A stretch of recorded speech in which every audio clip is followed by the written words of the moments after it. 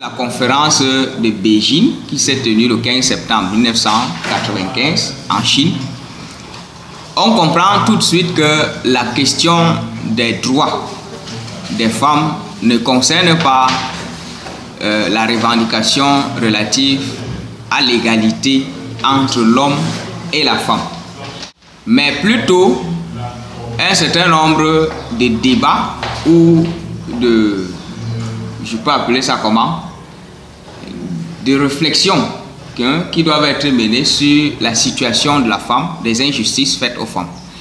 Il n'est pas question de réclamer l'égalité entre l'homme et la femme, mais plutôt réclamer la place de la femme dans la construction de la société. Quel est le rôle que doit jouer? Premièrement, il n'est pas possible de considérer que la femme ne peut pas être entreprenante ou alors ne peut pas faire un certain nombre de choses ou ne peut pas apporter sa part de contribution à la construction des affaires publiques. Considérer que les femmes ne sont pas capables d'apporter quelque chose dans la construction d'une nation ou dans la gestion des affaires publiques est une injustice. Pourquoi? Parce que de façon naturelle, on connaît que les femmes sont des entrepreneurs. Elles sont entreprenantes plus que les hommes. Leur ingéniosité, parce que c'est la femme qui est capable de créer, même s'il n'y a rien. Bon, pas le genre, la gamme de femmes de maintenant, là. Même s'il n'y a rien dans la cuisine, elle est capable d'inventer, de concocter quelque chose et puis la nourriture sort. C'est une ingéniosité qu'on peut utiliser pour faire des merveilles dans la construction de la société.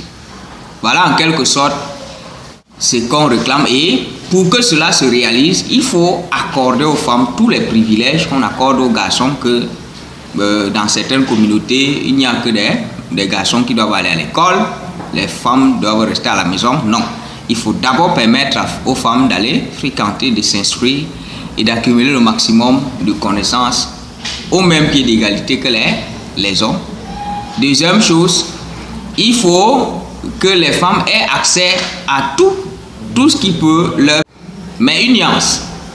Le fait ne veut pas dire qu'on doit s'écarter complètement des valeurs traditionnelles qui imposent à la femme le respect et la pudeur. Mais c'est un rôle de complémentarité, de contribuer, d'apporter sa part de contribution. Et maintenant, pour finir, il faut aussi que les hommes voient leur façon d'entretenir les femmes. Parce que un homme a 4 devoirs envers la femme. Il doit l'habiller, il doit la nourrir, il doit la soigner et il doit l'assister. C'est-à-dire, il doit être son